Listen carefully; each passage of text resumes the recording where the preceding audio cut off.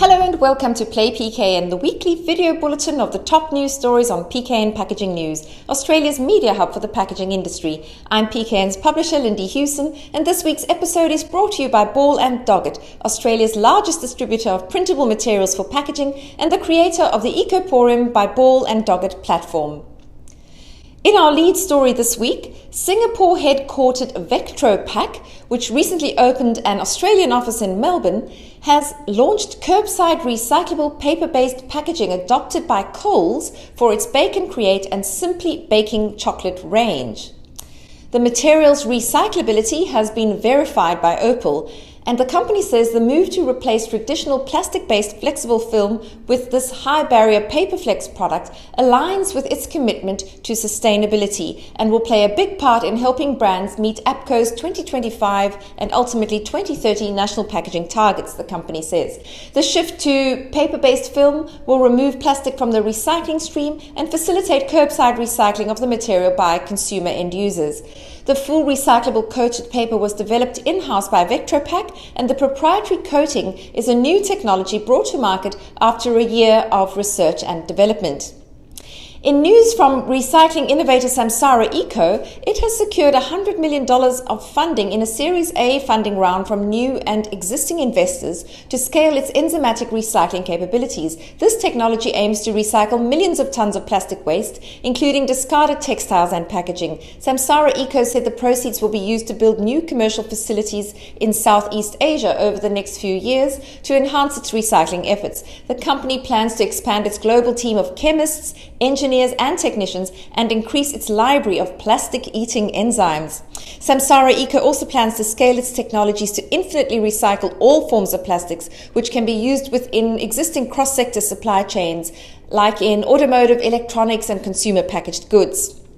Then in some news from Panasonic Energy next, this is a subsidiary of Panasonic Group, and this is introducing new paper-based packaging for its consumer batteries in Australia, which it says will significantly reduce plastic usage by 75%.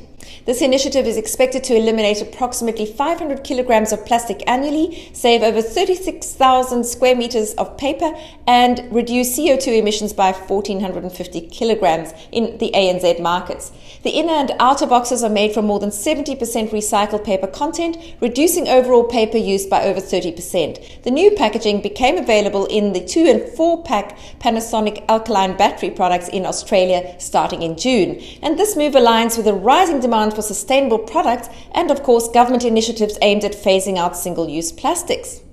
And then speaking of phasing out single-use plastics, Plastics Free July has kicked off with people the world over getting behind the cause by avoiding single-use cups, plastic drink bottles and plastic food wrap in a collective effort to combat plastic pollution and adopt new habits to significantly impact plastic waste reduction.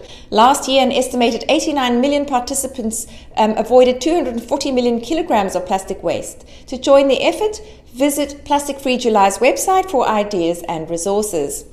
Shining a spotlight on the AIP's PIDA 2024 awards next, we released the news of all the finalists for this year's competition late last week, and this saw a record-breaking number of entries submitted. Awards in 15 categories are up for grabs, with close on 50 innovations in the running in the packaging sector section and 20 in the individual packaging professional and scholarship awards.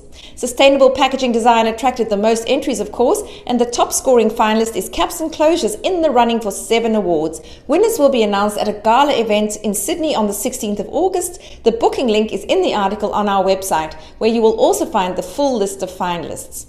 And finally, entries are now open for the 2024 APCO Annual Awards, which recognises exceptional leadership and innovation in packaging circularity. Australian Packaging Covenant Organisation, that's APCO, is inviting companies and organisations involved in packaging to submit their achievements for consideration, with the deadline fast approaching in 2 weeks' time. Well, that is all from me this week. For more details on today's headlines, you certainly know where to go. Head over to packagingnews.com.au. Thank you, as ever, for watching.